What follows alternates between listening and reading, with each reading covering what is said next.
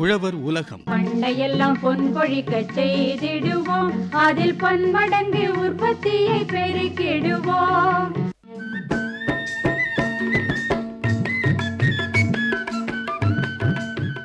கோமாரி நோய் தடுப்பூசி பணிகள் குறித்து தமிழ்நாடு அரசு கால்நடை பராமரிப்பு மற்றும் மருத்துவ பணிகள் துறை இயக்குனர் சு.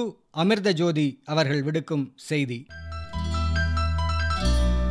அன்பார்ந்த கால்நடை விவசாயிகளே, கோமாரி நோய் என்பது இரட்டை குழம்பின கால்நடைகளை தாக்கி மாட்டினம், ஆட்டினம், பன்றி இனங்களில் கொப்புளங்களை ஏற்படுத்தும் நச்சுயிரி தொற்று நோயாகும். இந்நோய் பசுவினத்தை அதிகம் தாக்குகின்றது.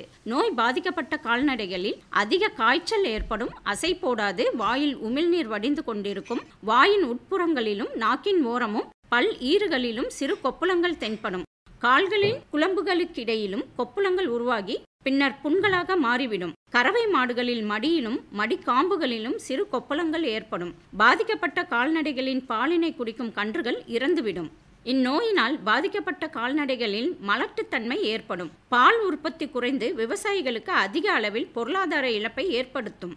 2011ஆம் ஆண்டு முதல் கோமாரி நோய் தடுப்பூசி பணி தமிழகத்தில் நடைபெற்று வருகிறது. 2020ஆம் ஆண்டு முதல் தேசிய கால்நடை நோய் தடுப்பு திட்டத்தின் கீழ் மாநிலத்தின் அனைத்து மாவட்டங்களிலும் கோமாரி நோய் தடுப்பூசி பணி முழு முனைப்புடன் செயல்படுத்தப்பட்டு வருகிறது. இதுவரை 4 சுற்றுகள் கோமாரி நோய் தடுப்பூசி பணி மேற்கொள்ளப்பட்டுள்ளது. அதன் தொடர்ச்சியாக தமிழகத்தில் இந்த வருடம் ஜூன் மாதம் 10ஆம் தேதி முதல் ஜூலை மாதம் 10ஆம் தேதி வரை தேசிய கால்நடை நோய் தடுப்பு திட்டத்தின் கீழ் 5வது சுற்று கோமாரி நோய் தடுப்பூசி பணி அனைத்து மாவட்டங்களிலும் மேற்கொள்ளப்பட உள்ளது. மாநிலத்தில் தகுதியுள்ள 4 மாத வயதிற்கு மேற்பட்ட 90 லட்சம் பசு மற்றும் எருமை மாட்டினங்களுக்கு தடுப்பூசி பணி மேற்கொள்ளப்பட உள்ளது. மத்திய அரசின் அறிவுரைக்கிணங்க அனைத்து மாட்டினங்களுக்கும் காது வில்லைகள் போடப்பட்ட பின்னரே தடுப்பூசி பணி மேற்கொள்ளப்படும். கால்நடை பராமரிப்பு துறையில் பணிபுரியும் களப்பணி அலுவலர்கள் கிராம சபை கூட்டங்களின் மூலம் செயல் திட்டத்தை விளக்கி கூறுவார்கள். அதன்படி கோமாரி தடுப்பூசி பணி உங்கள் கிராமங்களில் இலவசமாக மேற்கொள்ளப்படும். ஆகவே கால்நடை விவசாய பெருமக்கள் கோமாரி தடுப்பூசியினை உங்கள் மாட்டினங்களுக்கு தவறாது செலுத்தி கொடிய நோயான கோமாரி நோயிலிருந்து காத்து கொள்ளுமாறு அன்புடன் கேட்டுக்கொள்கிறேன்.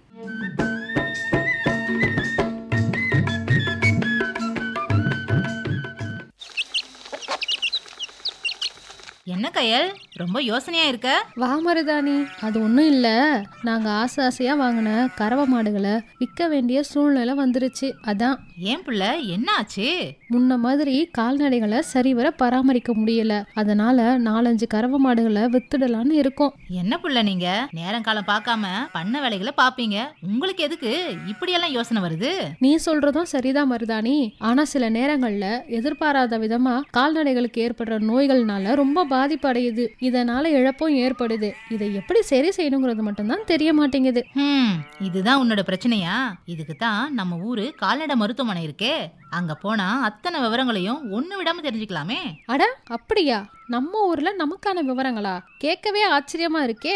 ஆமா கையல், நமக்கு தின வருமானத்தை அளிக்கக்கூடியது கால்நடைகள் தான். அதுதான் நாம சேர்த்து வைக்கிற சொத்து. இப்ப நாம 2 பேரும் அங்கன போய் கால்நடை வளர்ப்பு பத்தின விவரங்களை கேட்டு தெரிஞ்சுட்டு வருவோம். அட இப்பவே வா, அங்கன போய் விவரத்தை கேட்டு தெரிஞ்சுக்குவோம். சரி புள்ள, வா போவோம்.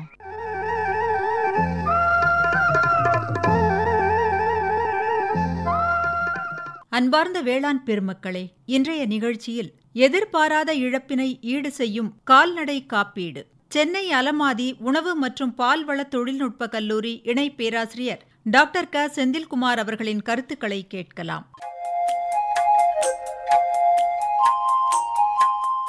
இன்னைக்கு நம்ம இந்த நிகழ்ச்சியில கால்நடை காப்பீடு அப்படின்ற தலைப்புல நம்ம சில தகவல்களை தெரிஞ்சுக்கலாம். நார்மலா என்னன்னா, கால்நடை பண்ணைகள்ல இருக்கிற மொத்த முதலீட்டுல கால்நடைகள், அதாவது மாடுகள், ஆடுகள், அவங்களோட விலை கிட்டத்தட்ட 80-90% வகிக்குதுங்க. இந்த கால்நடைகள் பொறுத்த வரைக்கும் வெள்ளம், புயல் மற்றும் இயற்கை பேரிடர்னு சொல்ற நிறைய நிகழ்வுகள், சூறாவளியா இருக்கலாம், புயலா இருக்கலாம், வேற அந்த மாதிரி இல்லாம நோய் தாக்கம் அதிகமா, நோய் கிளர்ச்சி எல்லாம் வரும்.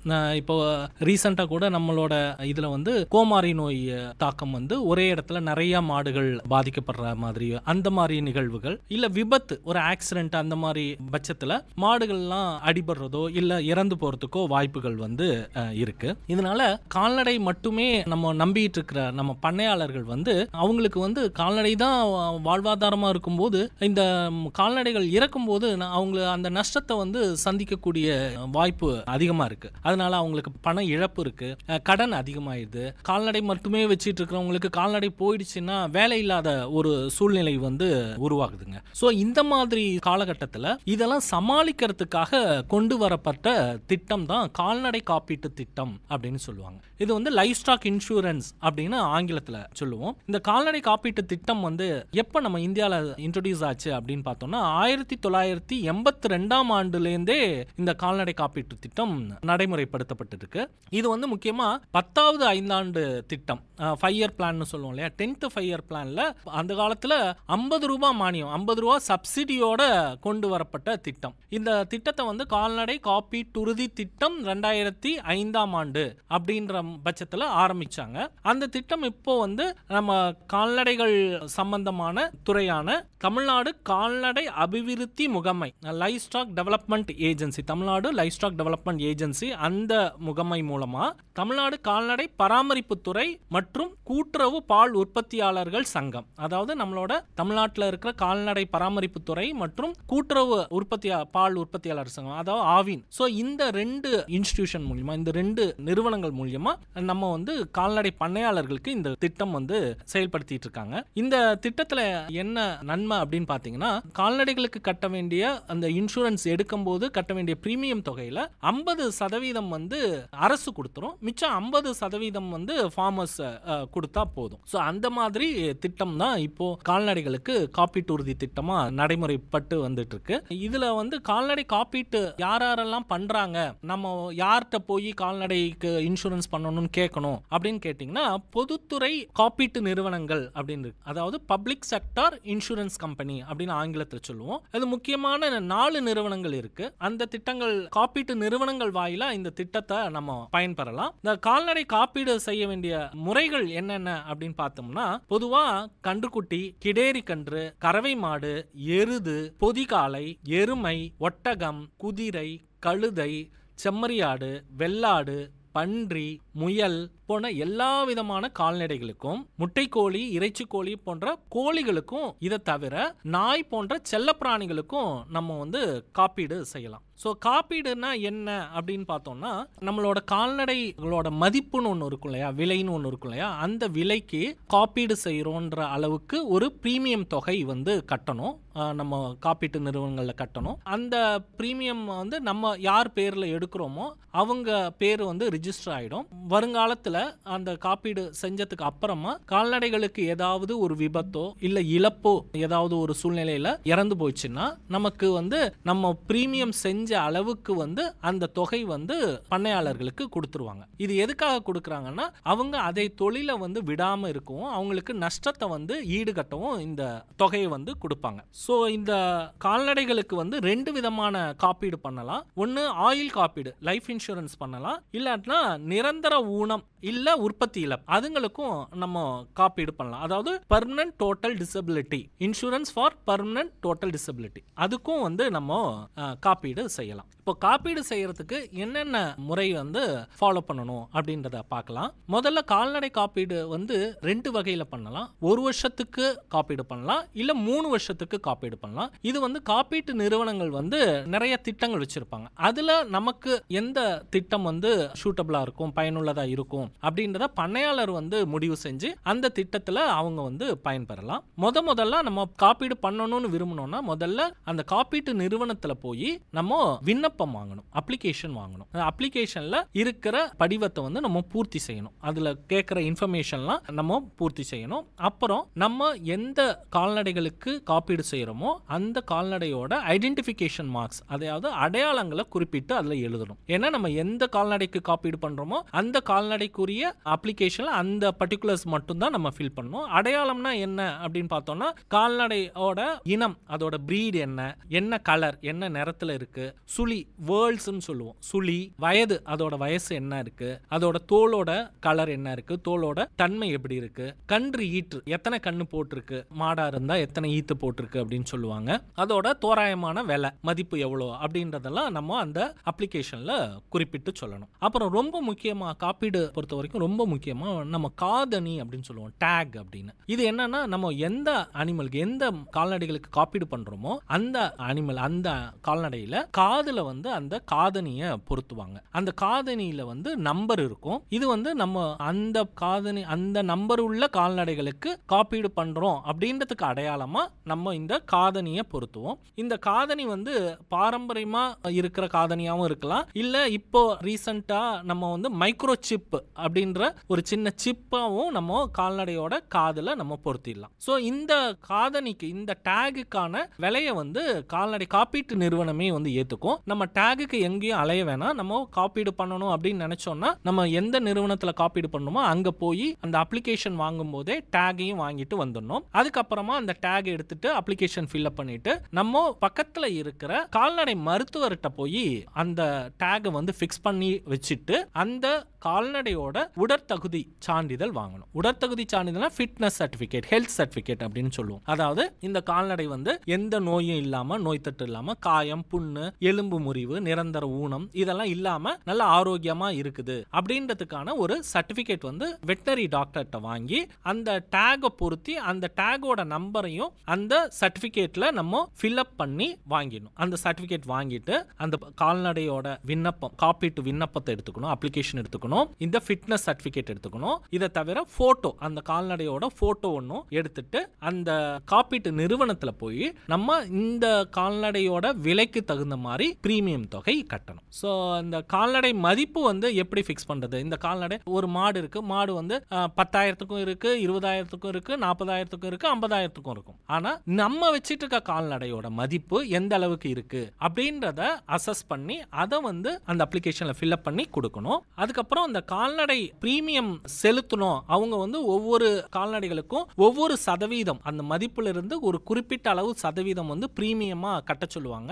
அது கட்டுனா நம்ம அந்த கால்நடைக்கு காப்பீடு பண்ணிட்டோம். அதுக்கு காப்பீட்டு நம்பரும் ஒன்னு நமக்கு கொடுப்பாங்க, காப்பீட்டு எண்ணும் கொடுப்பாங்க. ஃபர்தரா நம்ம அந்த சம்பந்தமா, காப்பீட்டு சம்பந்தமா நம்ம ஏற்படக்கூடிய சந்தேகங்களோ இல்ல காப்பீடு கிளைம் வாங்குறதுக்கோ நம்ம வந்து இந்த நம்பரை தான் அதிகமா உபயோகிப்போம். அந்த நம்பர் சொன்னாலே நம்மளை பத்தின எல்லா விதமான டீடைல்ஸும் அவங்களுக்கு தெரிஞ்சிடும். ஸோ அந்த காப்பீட்டு எண் வந்து ரொம்ப முக்கியமா நம்ம நோட் பண்ணி வச்சுக்கணும். இப்போ காப்பீடுக்கு செய்யறதுக்கு கட்ட வேண்டிய பிரீமியம் தொகை எவ்வளோ ஃபிக்ஸ் பண்றாங்க அப்படின்னு பார்த்தோம்னா, இந்த பிரீமியம் தொகை வந்து ஒவ்வொரு காப்பீட்டு நிறுவனங்களும் அவங்களுக்கு நிறுவனங்களுக்கு ஏற்ற மாதிரி இது வந்து மாறுபடும். அதே மாதிரி இந்த காப்பீட்டு பிரீமியம் தொகை வந்து நம்ம எவ்வளவு கால அளவுக்கு காப்பீடு பண்றோம், 1 வருஷத்துக்குன்னா அதுக்கு ஒரு டைப்பா இருக்கும், 3 வருஷத்துக்குன்னா அதுக்கு வேற மாதிரி இருக்கும். என்ன கால்நடை வகைகள், மாடுக்கு ஒரு மாதிரி இருக்கும், ஆடுக்கு ஒரு மாதிரி இருக்கும், குதிரை, பன்றி, இது மாதிரி கால்நடை வகைகளுக்கு ஏற்ற மாதிரி மாறுபடும். தோராயமா நம்ம ஜெனரலா கறவை மாடுகளை பொறுத்த வரைக்கும் தோராயமா 4-5% வந்து அதோட மதிப்புல நம்ம பிரீமியம் தொகையா கட்டணும். இப்போ வந்து ஒரு 20,000 ரூபாய் ஒரு மாட்டோட மதிப்பு அப்படின்னா அதுல 5% காப்பீட்டு பிரீமியம் கட்டணும் அப்படின்னா 20,000க்கு 5% 1,000 ரூபாய் ஒரு வருஷத்துக்கு நம்ம கட்டணும். ஸோ 1,000 ரூபாய் கட்டும் போது அந்த 20,000 ரூபாய்க்கு அந்த மாட்டுக்கு நம்ம காப்பீடு பண்ணிட்டோம் அப்படின்னு அர்த்தமாகுது. ஏதாவது ஒரு நிகழ்வா அந்த கால்நடை இறக்க நேரிட்டுச்சுன்னா, அந்த மாடு இறந்து போச்சுன்னா வெட்டனரி டாக்டர் வந்து பார்த்துட்டு அது சரியா இருக்கிற பட்சத்துல நமக்கு 20,000 ரூபாய் இழப்பீடா நம்ம ஃபார்மர், அந்த பண்ணையாளருக்கு திருப்பி கொடுத்துருவாங்க. அதுதான் இந்த காப்பீட்டோட முக்கியமான பயனா நம்ம சொல்லலாம்.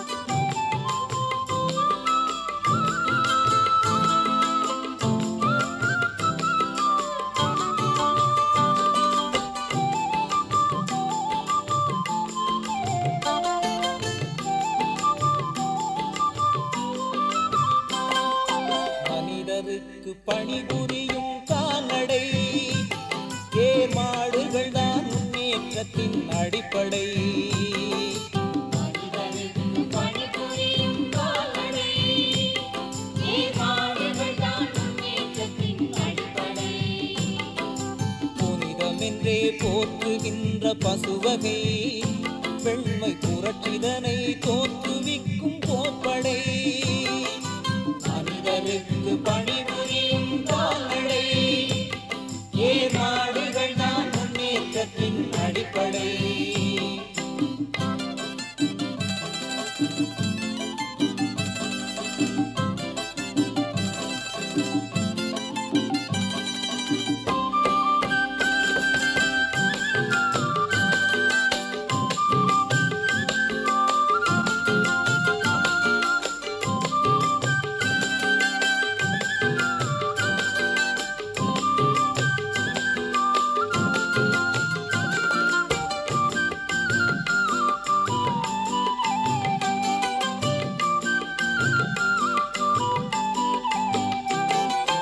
உழவருக்கு என்று செல்வம் ஆவது அந்த ஆடு மாடு கோழி பன்றி போன்றது.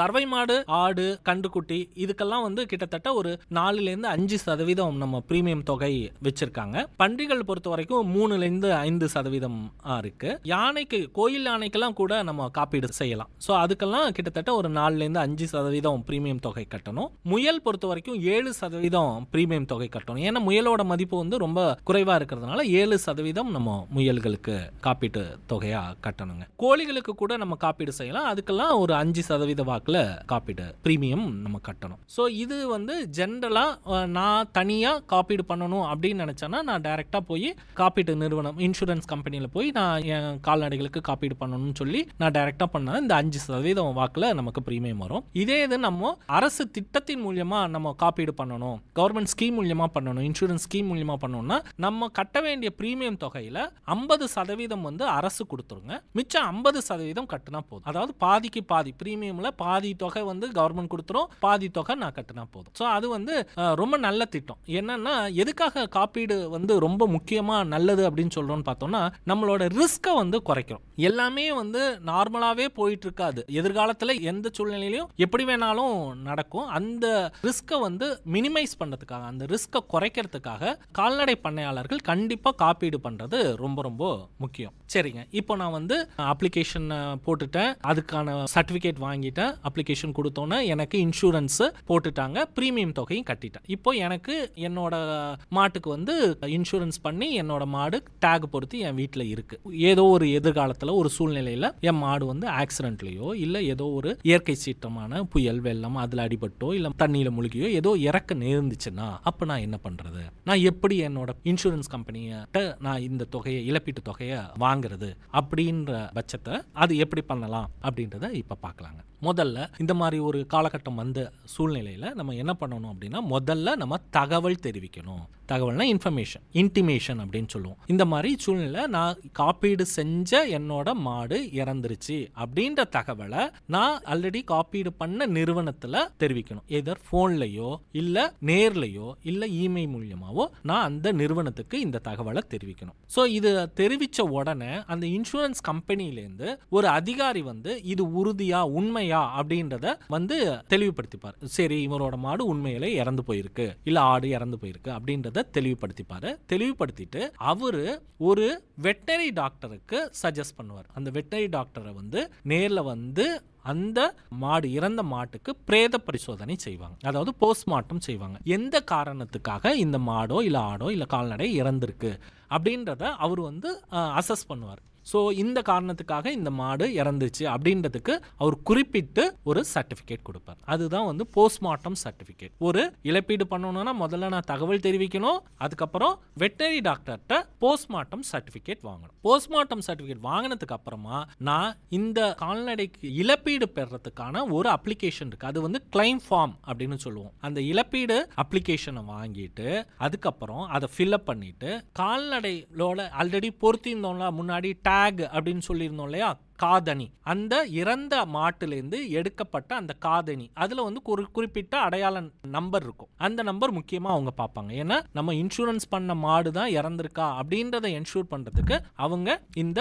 டேகை தான் வந்து பார்ப்பாங்க. ஸோ அந்த டேக் இதோட சேர்த்து அந்த போஸ்ட்மார்ட்டம் சர்டிபிகேட் இது எல்லாமே எடுத்து ஒரு 24 மணி நேரத்துல இருந்து 48 மணி நேரத்துக்குள்ளார நம்ம அந்த இன்சூரன்ஸ் கம்பெனி, நம்ம காப்பீடு செஞ்ச அந்த நிறுவனத்துல கொண்டு போய் கொடுத்துடணும். ஸோ இந்த டேக் வந்து ரொம்ப ரொம்ப முக்கியமா பார்க்கணும். இப்போ நான் காப்பீடு பண்ணி என்னோட கால்நடைகள் இருக்கு, திடீர்னு மேய்ச்சலுக்கு போன இடத்துல டேக் அருந்து விழுந்துச்சு, மாடு ஒன்னோட ஒன்று சண்டை போடும்போது அந்த காதணி மிஸ் ஆயிடுச்சு அப்படின்ற பட்சத்துல நம்ம அப்படியே சாதாரணமா இதை வந்து விட்டுறக்கூடாது. ஏன்னா இந்த காதணி இல்லைன்னா நம்ம இழப்பீடு வாங்குறது வந்து ரொம்ப கஷ்டம். அதனால ஏதோ ஒரு காரணத்துக்காக அந்த டேக் மிஸ் ஆயிடுச்சுன்னா நம்ம என்ன பண்ணணும் அப்படின்னா, இமீடியட்டா நம்ம ஆல்ரெடி காப்பீடு செஞ்ச நிறுவனத்துல போய் தகவல் தெரிவிச்சு ஒரு புது டேக், புது நம்பரை வாங்கி மறுபடியும் அந்த வெட்டனரி டாக்டர் மூலமா அந்த மாட்டோட இல்ல ஆட்டோட காதுல பொருத்தி அந்த இன்ஃபர்மேஷனை நம்ம இவங்களுக்கு சொல்லணும், அந்த காப்பீட்டு நிறுவனத்துக்கு சொல்லணும். சரிங்க, நான் இப்போ ஒரு மாட்டுக்கு இன்சூரன்ஸ் பண்ணி வச்சிருக்கேன், ஏதோ ஒரு காரணத்துக்காக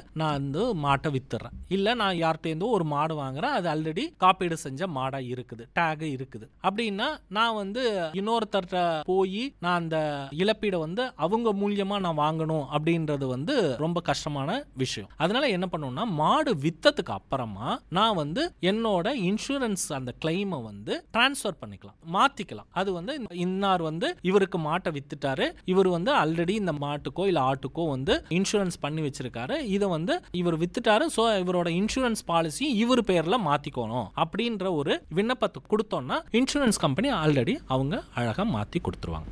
ஸோ இது மூலியமா நம்ம இழப்பீடு வாங்குறது வந்து நமக்கு ரொம்ப சுலபமா இருக்கும். ஸோ இதெல்லாம் வந்து நம்ம இழப்பீடு எப்படி வந்து கால்நடைகள் காப்பீட்டுல பெறலாம் அப்படின்றத பத்தி இப்ப பார்த்தோம். இப்போ ரொம்ப முக்கியமா கால்நடை காப்பீடுல செய்யக்கூடாதது என்ன அப்படின்றது பார்க்கலாங்க. அதாவது தடுப்பூசி போட்டு தடுக்கக்கூடிய நோய்களுக்கான தாக்கத்துக்கு காப்பீடு கண்டிப்பா கொடுக்க மாட்டாங்க. அதனால நம்ம தடுப்பூசி போட்டு தடுக்கக்கூடிய நோய்களுக்கு வந்து காப்பீடு கிடைக்காதனால கண்டிப்பா நம்ம தடுப்பூசி போடணும். ஸோ நம்ம கால்நடை மருத்துவத்துறையால ஹாஸ்பிட்டல்ல எல்லாம் போடுறாங்களே தடுப்பூசி, எப்பப்ப எல்லாம் போடுறாங்களோ, முக்கியமா கோமாரி நோய், இந்த மாதிரி தடுப்பூசி போடக்கூடிய நோய்களுக்கெல்லாம் நம்ம வந்து கண்டிப்பா தவறாம தடுப்பூசி போட்டோம். ஸோ அது வந்து ரொம்ப முக்கியம். இதை தவிர வேணும்னே வந்து நான் என் கால்நடையை வந்து காயப்படுத்துறது, பொறுப்பு இல்லாம இருக்கிறது, அஜாக்கிரதையா இருக்கிறது, இறைச்சிக்காக கால்நடைகளை வெட்டுறது, அப்புறம் போர்க்காலத்துல கால்நடைகள் இழப்பெல்லாம் ஏற்படுது இல்லையா அதுல. ஸோ இந்த சூழ்நிலை, அணு ஆலை விபத்து, இந்த சூழ்நிலை, திருடு போறது, ரகசியமா விற்கிறது, ஒரு முறையற்ற போக்குவரத்து, ஸோ அஜாக்கிரதையா கண்ணாமுன்னானு கால்நடைகளை ஏத்திட்டு போய் அதனால இழப்பு வர்றது, முறையற்ற சிகிச்சை, தவறான சிகிச்சை கொடுக்கிறது, நானே ஒரு டாக்டரா நினைச்சுக்கிட்டு நானே ஊசி போட்டு அதனால கால்நடைகள் வந்து இறக்கிறது, காப்பீடு செய்யறதுக்கு முன்னாடியே அந்த மாட்டுக்கு நோய்கள்லாம் ஏதாவது இருந்து அதனால இழப்பு வர்றது, காப்பீடு செஞ்ச கால்நடைகள்ல டேக் இல்லாம இருக்கிறது. ஸோ இந்த மாதிரி சூழ்நிலையெல்லாம் வந்து சூழ்நிலைகள்ல வந்து காப்பீடுக்கு இழப்பீடு தரமாட்டாங்க. ஸோ அதனால இந்த சூழ்நிலை இல்லாம இருக்கிறது தான் நல்லது. ஸோ இந்த சூழ்நிலையில காப்பீடு கிடைக்காத அது நம்ம முதல்ல தெரிஞ்சுக்கணும், முக்கியமா தெரிஞ்சுக்கணும். இத்தனை காப்பீடுகள் வந்து கால்நடை பண்ணையாளர்களுக்கு வந்து ரொம்ப ரொம்ப உபயோகமா இருக்கும். ஸோ என்னதான் நம்ம வந்து கால்நடை வளர்த்து நல்லபடியா பண்ணிட்டு இருக்கும்போது, நார்மலா போயிட்டு இருக்கும்போது எல்லாம் நல்லா இருக்குங்க. ஆனா அது ஏதாவது ஒரு அசாதாரணமான சூழ்நிலை வந்து கால்நடைகள் இழப்பு வரும்போது அந்த கால்நடை இழப்பை வந்து எதிர்கொள்ளக்கூடிய மன தைரியமும் வேணும், அதுக்கான பணமும் வேணும். ஸோ அந்த நிதியை வந்து ஈடுகட்டுறதுக்காக கொண்டு வரப்பட்ட ஒரு நல்ல திட்டம் தான் இந்த கால்நடை காப்பீட்டு திட்டம். ஸோ இத்தனை நல்ல பயனுள்ள திட்டத்தை வந்து நம்ம கண்டிப்பா யூஸ் பண்ணிக்கணும். ஏன்னா இப்படி யூஸ் பண்ணும்போது நம்ம ரிஸ்க் மினிமைஸ் ஆகுது. இதுக்கு கட்ட வேண்டிய பிரீமியம் வந்து ரொம்ப பெரிய தொகையெல்லாம் இல்லை. ஸோ அது வந்து மொத்த அதோட மதிப்புல வந்து 4-5% தான். அதுலயும் வந்து நம்ம அரசு திட்டத்தை மூலியமா போகும்போது ஒரு 2-3% தான். ஸோ நம்ம எவ்வளவோ செலவு பண்றோம், அந்த செலவுல ஒரு சின்ன தொகையா இதுக்கான செலவு பண்ணும்போது நம்மளோட நஷ்டத்தை வந்து தவிர்க்கலாம், இழப்பை வந்து தவிர்க்கலாம். ஸோ அதனால எல்லாருக்கும் என்னோட வேண்டுகோள் என்னன்னா, கால்நடை காப்பீடு வந்து முக்கியமா செய்வோம். நம்ம பண்ணைகளில் எதிர்பாராம ஏற்படக்கூடிய இழப்பை வந்து தடுக்கலாம். இதுவரை எதிர்பாராத இழப்பினை ஈடு செய்யும் கால்நடை காப்பீடு சென்னை அலமாதி உணவு மற்றும் பால்வள தொழில்நுட்ப கல்லூரி இணை பேராசிரியர் டாக்டர் க செந்தில்குமார் அவர்களின் கருத்துக்களை கேட்டீர்கள். இனி தொடர்வது வேளாண் செய்திகள். உயிர்வேலி, உயிர்காக்கும் வேலி. வேளாண் காடுகள் என்பது வேளாண் பயிர்களுடன் மரப்பயிர்களும் சேர்த்து பயிர் செய்வதாகும். இந்த முறை பழங்காலம் முதல் நம் முன்னோர்களால் கடைபிடிக்கப்பட்டு வருகின்றது. வேளாண் காடுகளில் மிக முக்கியமான ஒன்று உயிர்வேலி. மேலும் பண்டைய காலங்களில் வயல் மற்றும் தோட்டங்களில் பயிரிடப்படும் பயிர்களை கால்நடைகள் மற்றும் இதர விலங்குகளிடமிருந்து பாதுகாக்க உயிர்வேலி அமைக்கப்பட்டது. உயிர்வேலி என்பது மரம் அல்லது செடிகள் மூலம் வேலி அமைத்து நிலத்தில் உள்ள பயிர்களை பாதுகாப்பாக வைத்திருக்க உதவும் வேலியாகும். உயிர்வேலியின் பயன்பாடு பயிர்களை பாதுகாப்பது மட்டுமல்லாமல் விறகாகவும் தீவனமாகவும் பசுந்தாள் உரமாகவும் மருந்தாகவும் சிறிய தடி மரமாகவும் வேலி குச்சியாகவும் ஆடு மாடுகளுக்கு நிழலாகவும் காற்று தடுப்பானாகவும் பயன்படுத்தப்படுவதால் உயிர்வேலியானது உயிரின பன்மயத்தை காப்பதில் மிக முக்கிய பங்கு வகிக்கின்றது. உயிர்வேலியின் பண்புகள். உயிர்வேலிக்கு உகந்த தாவரம் அடர்ந்து வளரக்கூடிய தாவரமாக இருக்க வேண்டும். உயிர்வேலிக்கு பயிரிடப்படும் மரங்கள் காற்று தடுப்பானாக செயல்பட வேண்டும். உயிர்வேலியானது பூச்சிகள் மற்றும் நோய்களை தாங்கி வளரக்கூடியதாக இருக்க வேண்டும். உயிர்வேலிக்கு உகந்த மரங்கள் பலதரப்பட்ட பயன்கள் கொடுக்க வல்லதாக இருக்க வேண்டும். உதாரணமாக தீவனம், விறகு, மூலிகை, தடிமரம் மற்றும் பல. உயிர்வேலியானது தேனீக்கள் மற்றும் நன்மை தரும் பூச்சிகள் தங்குவதற்கு உகந்ததாக இருக்க வேண்டும். உயிர்வேலிக்கு உகந்த மரங்கள். உயிர்வேலிக்கு பலதரப்பட்ட முள் மற்றும் முள்ளில்லாத செடிகள் அல்லது மரங்கள் பயன்படுத்தப்படுகிறது. மேலும் உயிர்வேலிக்கு உகந்த மரங்கள் பலதரப்பட்ட பயன்களும் அளிக்கிறது. அவைகளில் சில. கிளைரிசீடியா. கிளைரிசீடியா என்பது நைட்ரஜன் சத்தை அதிக அளவில் கொடுக்கக்கூடிய தாவரமாகும். மேலும் இதன் இலைகள் மாட்டு தீவனமாகவும் கட்டைகள் அதிகம் எரியக்கூடிய திறன் கொண்டதால் உயிர் எரிசக்தி தொழிற்சாலைகளுக்கு பயன்படுகிறது. சவுண்டல். சவுண்டல் மாட்டு தீவனமாக பயன்படுகிறது. மேலும் கட்டைகள் உயிர் எரிசக்தி தொழிற்சாலைகளிலும் தடிமர தொழிற்சாலைகளிலும் பயன்படுகிறது. காட்டாமணக்கு. காட்டாமணக்கு உயிர்வேலியாக பயன்படுத்தப்படுகிறது. மேலும் இதன் விதைகள் உயிர் எரிபொருள் தயாரிக்க பயன்படுகிறது.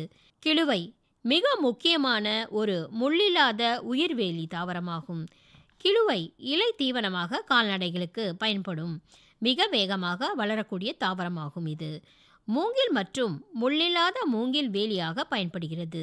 மூங்கில் ஒரு பலதரப்பட்ட பயனுடைய மரமாகும். மூங்கில் தூணாகவும் காகிதம் செய்யவும் மற்றும் அதன் இலைகள் தீவனமாகவும் பயன்படுகிறது. மேலும் கொடுக்காப்புளி, சவுக்கு, கல்யாண முருங்கை, காற்றாலை, கள்ளிச்செடிகள், வேம்பு, பதிமுகம், ஆமணக்கு போன்ற மரங்கள் மற்றும் செடிகள் உயிர்வேலியாக பயன்படுத்தப்பட்டு வருகின்றன. உயிர்வேலியின் பலதரப்பட்ட பயன்கள். உயிர்வேலியானது மண் மேலாண்மையில் முக்கிய பங்கு வகிக்கிறது. மேலும் மண் அரிப்பை தடுத்து மண்ணின் வளத்தை மேம்படுத்துகிறது. உயிர்வேலியானது கால்நடைகளிடமிருந்து பயிர்களை பாதுகாக்கின்றது. உயிர்வேலியின் நேரடி பயன்பாடுகள் இருப்பினும் மறைமுக பயன்பாடுகள் அதிக அளவில் இருக்கின்றன. உயிர்வேலி உபயோகிப்போம், பயிர்களை உயிருடன் காப்போம். இதுவரை வேளாண் செய்திகள் கேட்டீர்கள். என்ன கையல், இவங்க சொன்ன விவரங்களை கேட்டியா? நல்லா கேட்டுக்கிட்ட மருதாணி. எல்லா விவரங்களையும் ரொம்ப தெளிவா நமக்கு புரியும்படி எடுத்து சொன்னாங்க. ஆமா கையல், இனி இவங்க சொன்ன தகவல்களை நாம முறைப்படி கடைபிடிச்சு கால்நடை வளர்ப்புல நல்ல முன்னேற்றத்தை அடையணும். நிச்சயமா மருதாணி. அப்போ நாம புறப்படுவோமா? இதுக்கான வேலைகளை நாளைக்கே நாம ஆரம்பிப்போம். சரி கையல், அப்ப நான் புறப்படுறேன். உங்க அண்ணன் இந்நேரம் வந்திருப்பாரு. நான் போய் சமையல் வேலைகளை ஆரம்பிக்கிறேன். சரி புள்ள. பண்டையெல்லாம் பொன் கொழிக்க செய்திடுவோம், அதில் பன்மடங்கு உற்பத்தியை பெருக்கிடுவோம். தொகுப்பில் உதவி டி. துர்கா. கண்மணி பொல்லில் மணியை வளர்த்திடவே நாடும் கருத்துரைக்கும் ஒலிபரப்பை கேட்டிடுவோம். அமைப்பு எஸ். முருகேசன். உண்ணும் பொருள் அத்தனையும் விளைத்திடுவோம், நித்தம் உழைப்பால் நில மகளை வணங்கிடுவோம். இத்துடன் நிறைவு பெறுகிறது இன்றைய உழவர் உலகம் நிகழ்ச்சி. பொட்டலையும் பூங்கொழிலாய் திருத்திடுவோம், அதற்கு புத்தம் புது முறைகளையும் புகுத்திடுவோம். பட்டி தொட்டி சொர்க்கமாக பாடுபட்டே நம் பாரத சமுதாயத்தை உயர்த்திடுவோம்.